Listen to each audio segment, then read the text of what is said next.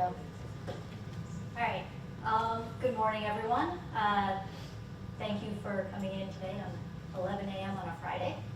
The final presentation here. My name is Dr. Michelle Camo. I'm a research scientist with the DCJS Office of Justice Research and Performance, or OJRP. So some background on OJRP. We conduct research and evaluation, statistical and data analysis, and performance measurement for DCJS. Our primary responsibilities are to collect data on crime, arrest, and criminal justice processing, measure agency and program performance, assess criminal justice system processing, conduct applied research and program and policy evaluations, measure recidivism and other outcomes, provide analytical support, and provide data to support funding decisions.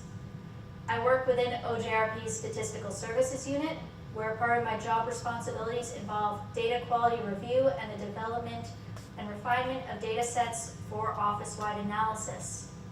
I've been working with National Incident-Based Reporting System, or NIBRS data, for the last few years, with the goal of developing data sets that will help analyze specific types of offenses in New York State. We're going to cover a lot of ground in the next hour, starting with a discussion of New York State crime coverage and how crime data is collected nationally. This will segue into a discussion of NIBRS, where I will discuss its content, the steps involved in working with NIBRS data, and finally provide a preliminary analysis based on a test data set. Before I start, I want to note a few items. First, New York State does not yet have complete NIBRS coverage. The data in this presentation is for testing purposes only. It's not an accurate representation of crime in New York State. Second, I've left time for questions at the end of the presentation. If I'm really good with my time management, we'll have about 20 minutes. So, crime data has been collected at the national level for over 90 years now. The three most popular methods to collect nationwide crime statistics include the National Crime Victimization Survey, the Uniform Crime Reporting System, and the National Incident-Based Reporting System. The National Crime Victimization Survey, or NCVS, has been collecting nationwide crime statistics for over 50 years. With the NCVS, researchers conduct a series of interviews over a several-year period using a nationally representative sample. Almost 250,000 individuals ages 12 and up are interviewed across approximately 150,000 households. As it's a survey of personal victimization, the NCVS captures statistics on non-fatal personal and household property crimes and includes statistics relating to victim and offender demographics, offense characteristics, victims' personal experiences with the criminal justice system, and whether the interviewee reported any victimizations experienced. Arguably, the biggest benefit of the NCVS is that it captures reported and unreported crime and gives an idea of the percent of crime by offense type reported to police. I have a lot of papers here, so. The Uniform Crime Reporting System, or UCR, is the oldest method of nationwide crime reporting in the United States. Now, when I'm discussing the UCR today, I'm specifically referring to the Summary Reporting System, or SRS. It was launched in 1930, and the FBI stopped accepting summary UCR data in 2021. I also spent some time discussing it because its development parallels rather nicely with my upcoming discussion on NIBRS. Prior to the UCR, the United States could not examine nationwide crime statistics. So when developing the UCR, the first question researchers faced was how to measure crime. There's a few ways to capture crime, as you know. You can look at convictions, arrests, reported offenses, even unreported like the NCVS. The most accurate measure of crime available to law enforcement was known reported offenses. Researchers next had to identify what offenses to measure. They considered the seriousness of the offense, the frequency of the offense, how pervasive the offense was, and its likelihood of being reported to law enforcement. 8 offenses were identified, and they include murder, rape, robbery, aggravated assault, burglary, larceny, motor vehicle theft, and arson. The UCR only captures these crimes when reporting on offenses. There are a number of additional charges that they report on for arrests only. Now, one crime incident may include multiple offenses, and the UCR was developed a century ago, so they did not have the tools available to easily and quickly analyze complex data. To address this, the hierarchy rule was implemented. The UCR only counts the most serious offense in an incident. For example, if a person was robbed and murdered, only the murder is counted. The UCR SRS contains the most serious index offense per crime incident reported to the police. In the UCR dataset, each row is a single incident, and each incident is a single offense. Now, to call NIBRS new is inaccurate. It began development in 1984, was released in 1991, and officially replaced the UCR SRS in 2021. NIBRS shares a lot of DNA with the UCR SRS. Both use standardized definitions of crime. However, NIBRS captures a wider variety of offenses. Like the UCR, offense information is only provided for certain crimes. Group A crimes are captured for offense and arrest, while Group B crimes are captured for arrest only. Now, at this point, you probably want to see a one-to-one comparison of the UCR and NIBRS offenses. I'd love to show you that, and unfortunately, it's not that simple. All of the above crimes are technically included in the UCR. However, offense counts are only available for the crimes I've highlighted above in yellow in Group A. Additionally, the level of specificity for offenses differs between NIBRS and the UCR.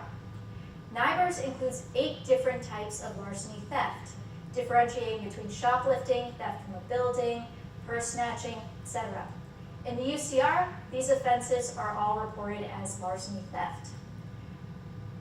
With that said, the biggest departure between the two systems is that NIBRS does not have a hierarchy rule. The UCR is a summary-based system, while NIBRS is an incident-based system.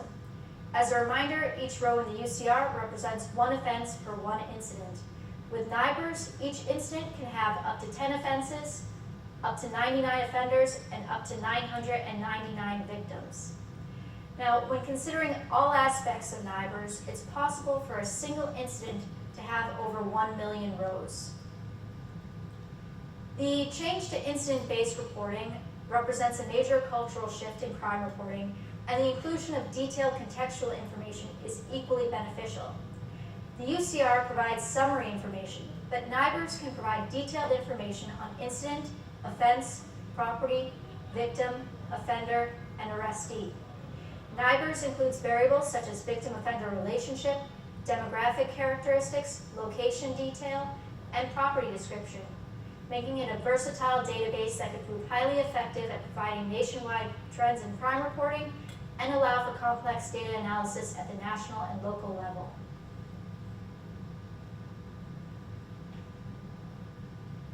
Now I have a water break.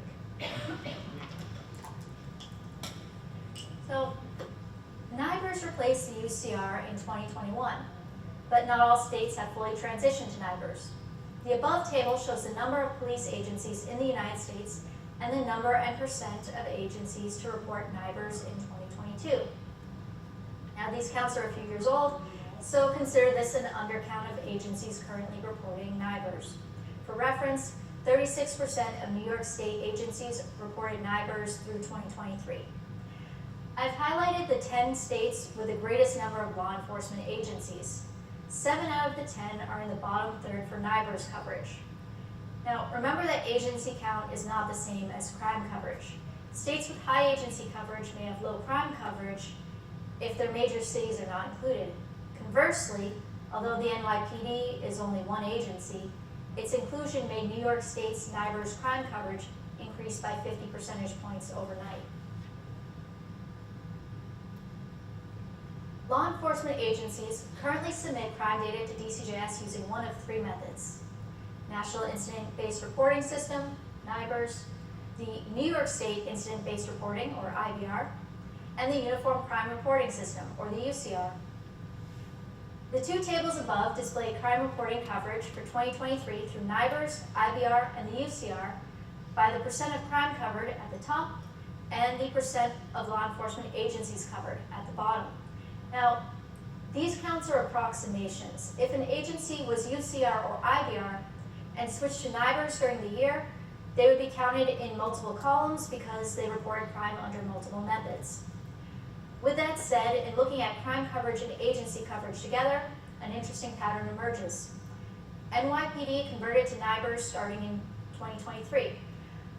Approximately 80% of crime in New York State in 2023 is reported through NIBRS, including all crime reported by the NYPD and half of all non-NYPD crime. UCR makes up approximately 40% of non-NYPD crime, while the IBR makes up 9%. However, when we look at law enforcement agencies reporting, the distribution is fairly evenly split. This indicates that IBR agencies have lower crime coverage, so 31% of agencies account for 4% of total crime. NIBRS also includes several agencies with high crime coverage, so 36% of agencies account for 80% of total crime. As I mentioned, NIBRS includes the NYPD. It also includes Buffalo and Rochester, which are the second and third largest cities in New York State, respectively. As we move forward in this presentation, I want you to keep the 79% NIBRS crime coverage and 36% agency coverage in the back of your head, but you don't really need to because I'll bring it up again anyways. So, this is an incredibly complex looking slide. It displays an entity relationship diagram for the firearm-related offense file, which is the file that I am going to be discussing today. So yes, look how complex it is. The New York State NIBRS data is stored in a relational database. This format does not allow for easy retrieval of data and requires familiarity with the programming language SQL.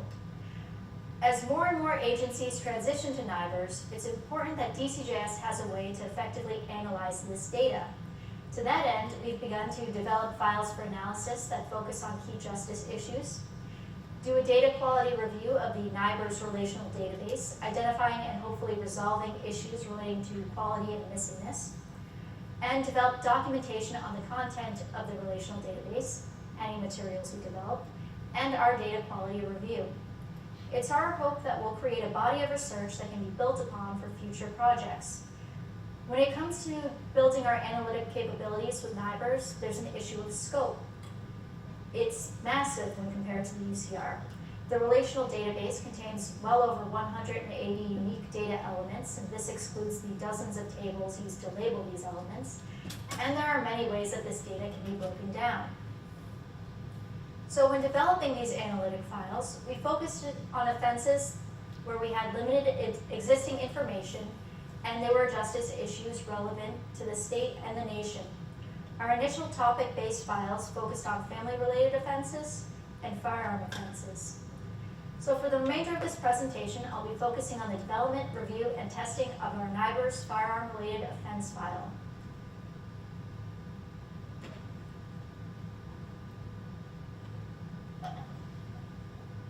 So NIBRS has so many possible permutations that the first step was to home in on a topic. Firearm crime is a key justice issue, and NIBRS provides a new way of examining these offenses. With that said, I want to touch on some of the existing pathways currently in place to address and examine firearm crime in New York State. So, the GIF initiative provides state funding to local law enforcement agencies to help reduce shootings and firearm-related crimes in 21 counties. Participating agencies use problem-oriented policing as a framework to implement strategies to combat firearm-related crime, including strategies like procedural justice, hotspot policing, focused deterrence, crime prevention through environmental design, and street outreach.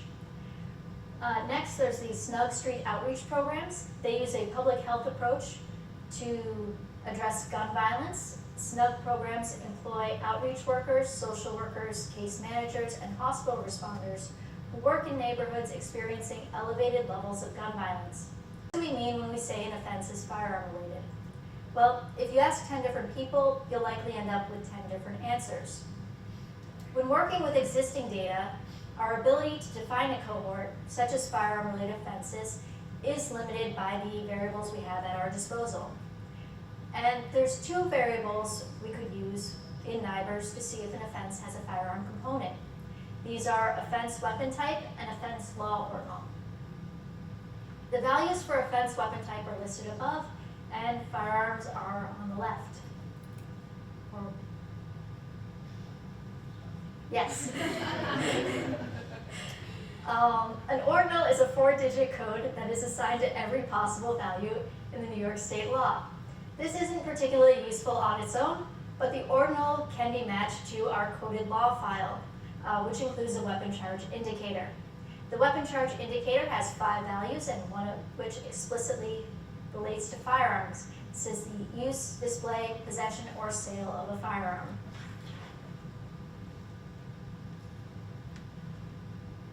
Our selection of firearm-related offenses is broad to allow users the freedom to define any firearm-related offense on their own terms. Here's what's included. Any offense where a firearm is listed in the weapon type, and offenses where the ordinal weapon indicator explicitly indicates a firearm was involved. This strategy allows us to capture only offenses where we're certain a firearm was involved. Next, we had to identify our unit of count. That is how we break down our file. For example, the UCR SRS has a unit of count of the most serious index offense per incident. When determining our unit of count, we drew inspiration from the UCR's supplementary homicide report. The SHR does not have a single unit of count in our data set, but instead includes a series of flags. We use the same process. Our file includes NIBRS segment data on incident, offense, offender, and victim. So we created 4 flags that allow a user to select on unique incidents, unique offenses, unique offenders, and unique victims. As you'll soon see, this allows for quite a bit of flexibility in how we can examine the data. So this is a list of all variables included in the firearm-related offense file and the segments they were drawn from.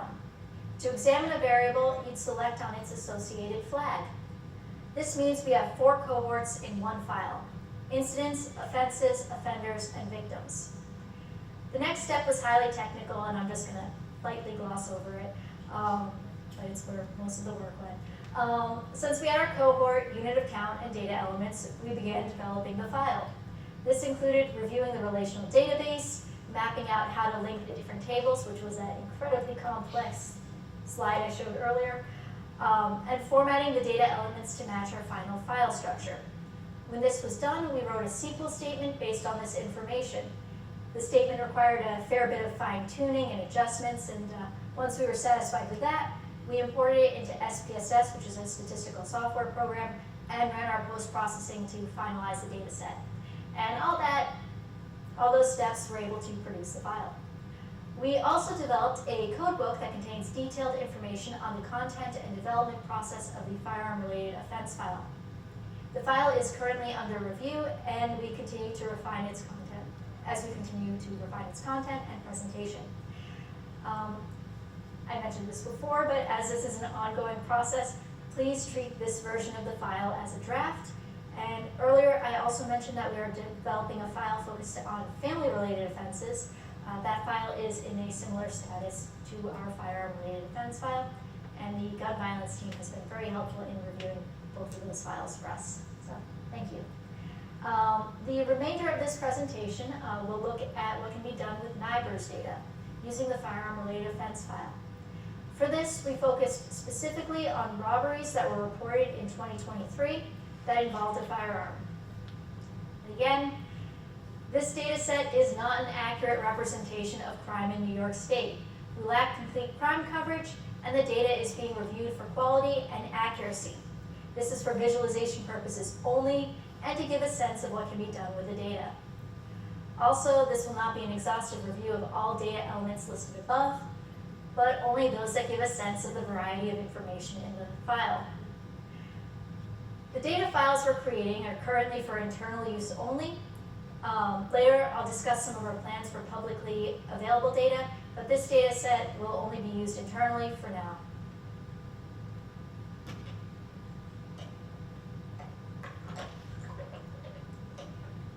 So, the firearm-related offense file includes several location-based variables: region, jurisdiction, agency.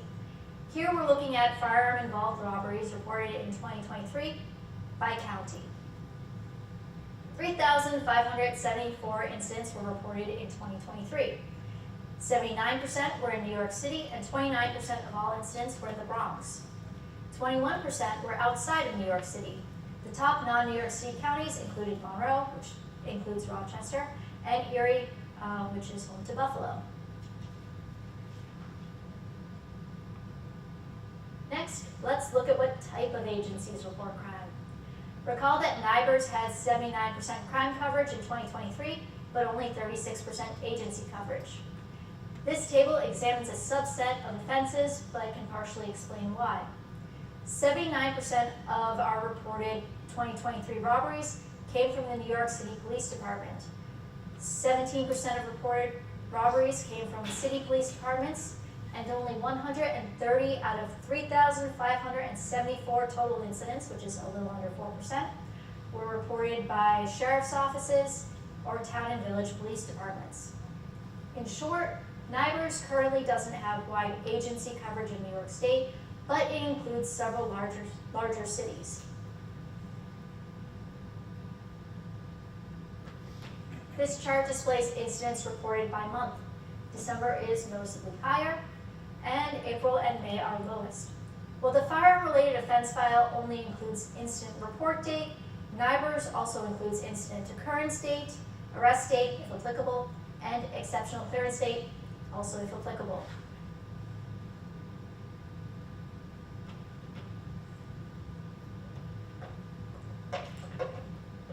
This is the case status of the incidents.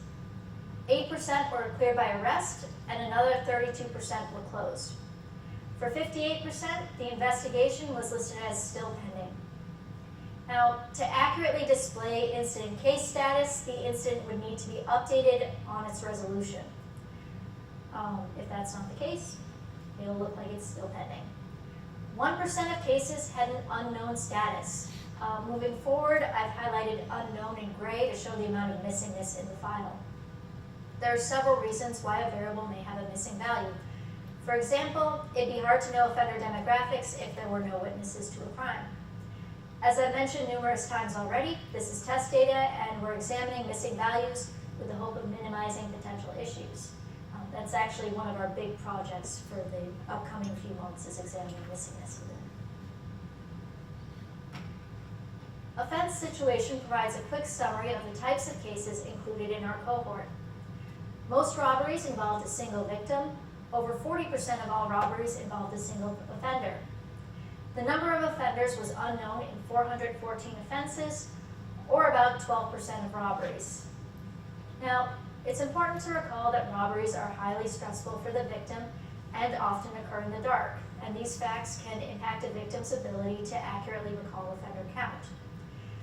Excluding the 414 incidents where the number of offenders was unknown, 51% of robberies involved a single offender, and the remaining 49% involved 2 or more offenders, including one incident which had 10 offenders. The victim count is known for all reported robberies. 74% of incidents involved a single victim, and 26% of incidents involved 2 or more victims. One thing to keep in mind, this is incident count. The tables examining victim and offender counts are going to have much higher numbers. For example, while there's only one incident involving 10 offenders, there are 10 offenders for that one incident. So, now we get to look at offenses, after I have a drink. There were 3,574 unique incidents and 3,788 unique offenses. Keep in mind, these would be multiple robbery offenses within the same incident because we were only selecting a robbery. This table breaks down what offenses were reported. I've included just the charge labels rather than the penal code. This is because most people are fortunate not to have an encyclopedic knowledge of New York State law. Most charges are for robbery first and second. The table also indicates if an offense was elevated, so a sexually motivated felony, hate crime, or terrorism. Including the charge description gives context to the offense, which can help explain some of the other findings we see. Well, I've given the charge description here. The offense file also allows us to view charges by UCR code, IBR code, law ordinal, and offense charge. Weapon type is reported at the offense level. This cohort includes both robberies that explicitly listed a firearm in their weapon type and those that involved a firearm based on the elements of the penal law crime selected. Now, just because an ordinal indicates a firearm does not mean the person entering the data will fill this information in for weapon type. In 4% of firearm-related robberies, the weapon type was not a firearm, and handguns accounted for over half of all reported weapons. The final offense variable I'll discuss today is location. This is a description of the environment where the offense occurred. In 3% of offenses, the location was unknown, and 48% of firearm-related robberies occurred on a street. The remaining offenses were split among a variety of locations, as you can see.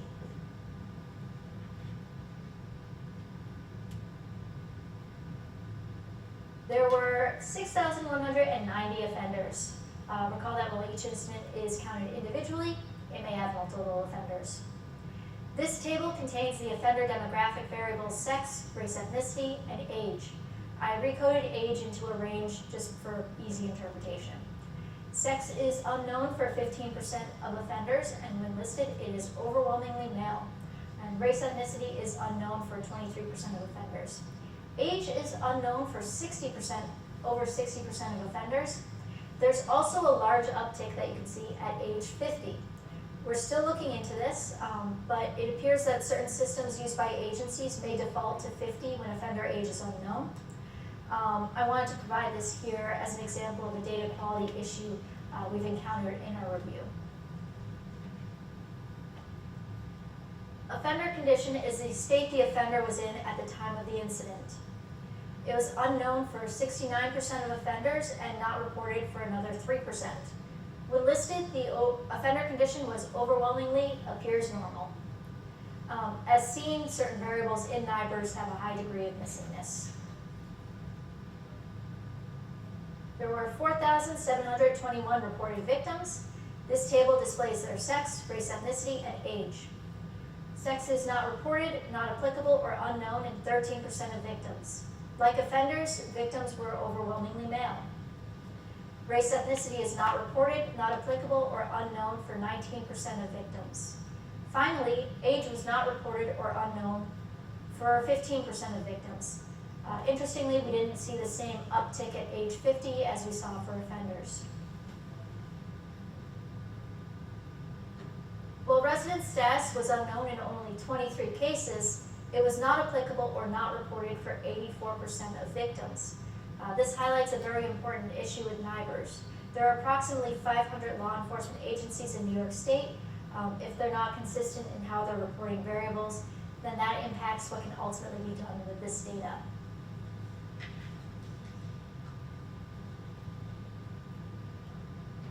Injury level is the degree of harm a victim suffered. As these are firearm-involved robberies, we'd expect a variety of injury levels. Since NIBRS doesn't have a hierarchy rule, we can see certain robberies that ended in murder. One thing we're looking into is whether injury levels make sense for violent personal crimes. For example, are there homicides where the victim is listed as not injured? Conversely, we're also looking at offenses where there's no violent aspect, such as forgery, to see whether victims are being reported injured to an unexpected degree.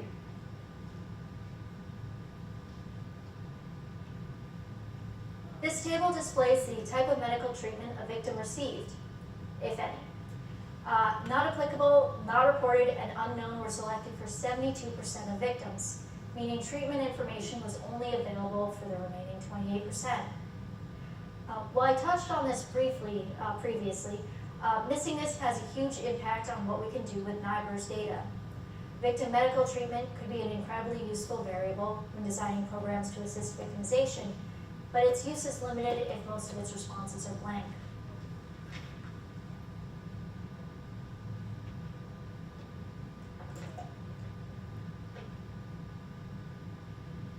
Victim-offender relationship is the connection between victim and offender. That is to say, the victim is the offender's blank. For 32% of victims, the relationship was unknown, missing, or not reported. When relationship was included, the victim was related or a former intimate partner in 2% of cases, known to an offender but not related 5% of the time, and a stranger 62% of the time. With that said, it's important to remember that this data set is based on a specific type of robbery and is drawn from an incomplete data set. What I've shown here is not necessarily reflective of firearm-involved robberies in New York State, but only those that are reported through NIBRS in 2023.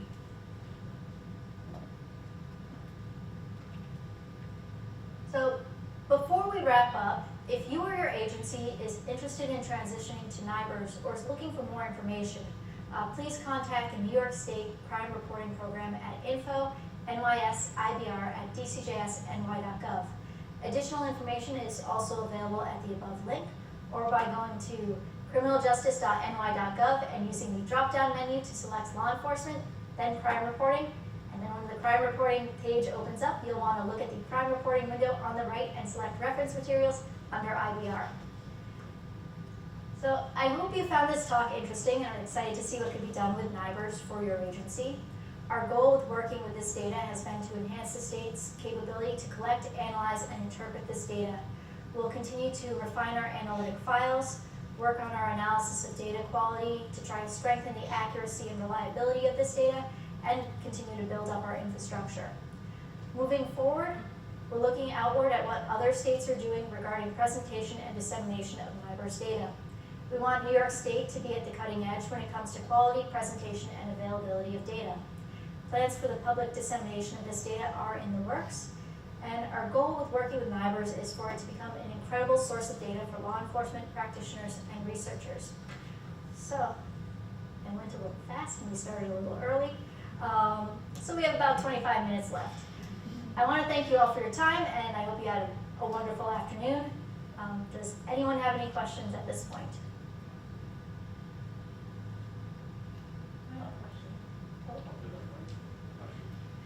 So thank you, Michelle. This has been really, really useful. So we know that they're using NIBRS data at the national level. We see the FBI posting it. You know, it's been in the news a lot. I know that you and your team have been reviewing what other states have been doing. You've also had conversations with other states about what they're doing. Have you seen other states, or so I guess I really have two questions. Have you seen other states doing data quality reviews of their NIBRS data? And my second question is, do you have an opinion about the quality of the data at the national level? Well, in regards to what other states are doing,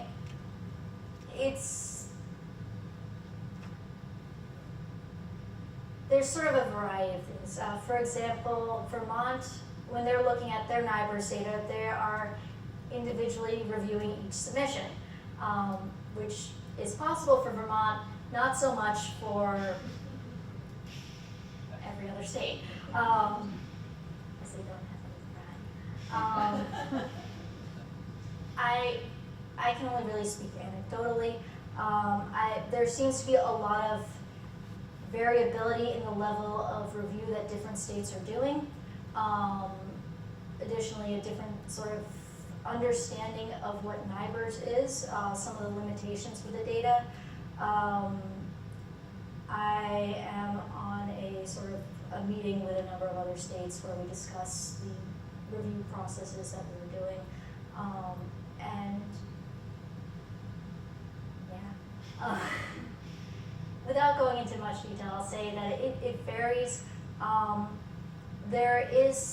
I think there's a tendency to accept data as, like, assuming that because it's able to be submitted to the FBI that it must be good without looking at it in detail, and you really need to take that look at it to ensure that you're not having missing variables, that what you're seeing makes sense. For example, you're not seeing murders where the victim is listed as not injured.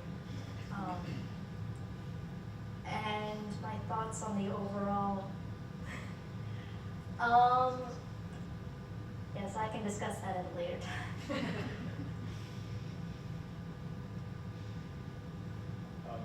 Thank you very much for the presentation, very interesting, super helpful for me. I'm a crime analyst in EDC in Buffalo. Two kind of questions for you. I've heard this from a couple other agencies. People are reluctant to transition from reporting to the media, UCR numbers, or going from UCR numbers to NIBRS numbers because there's going to be an increase.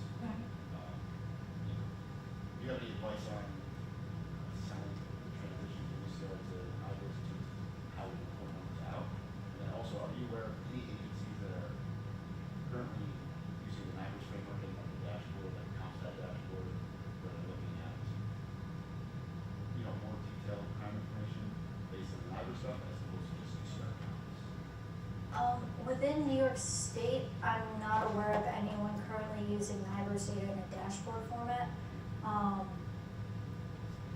But we have been looking at different states and how they're reporting data, and there are some that doing it at the state level where you can break down by agency. What we've been doing is collecting and summarizing that data, and we're going to be, the plan is eventually to have something like that at the state level, where it could look at specific agencies or specific counties. But that's in sort of development stage at this point.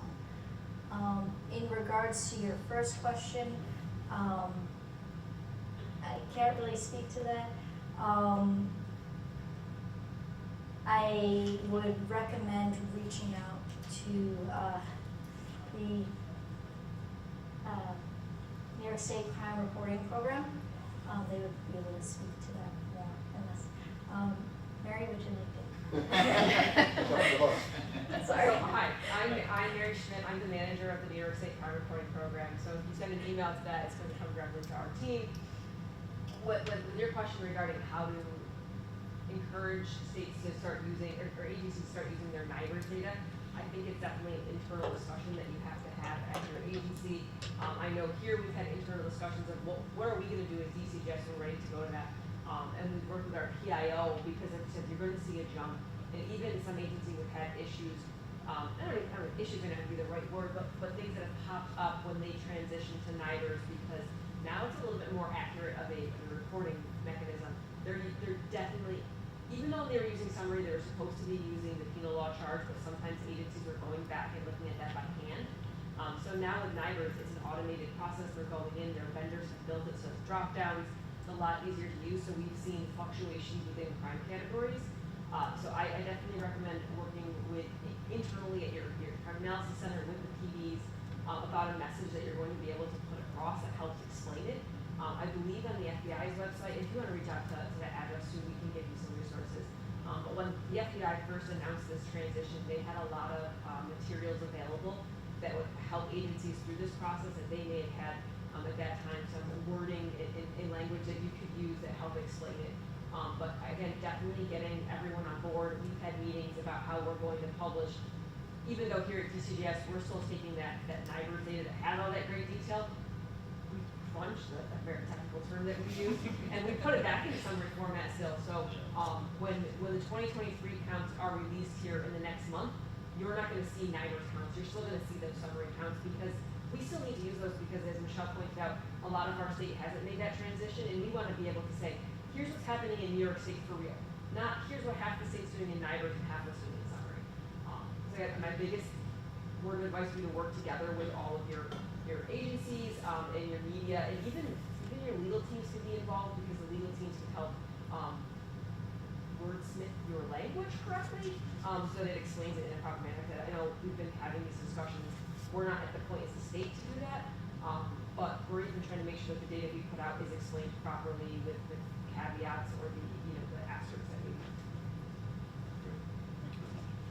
So we started down this road in Schenectady. We started down this road in 2020. So we were an early adopter to this concept.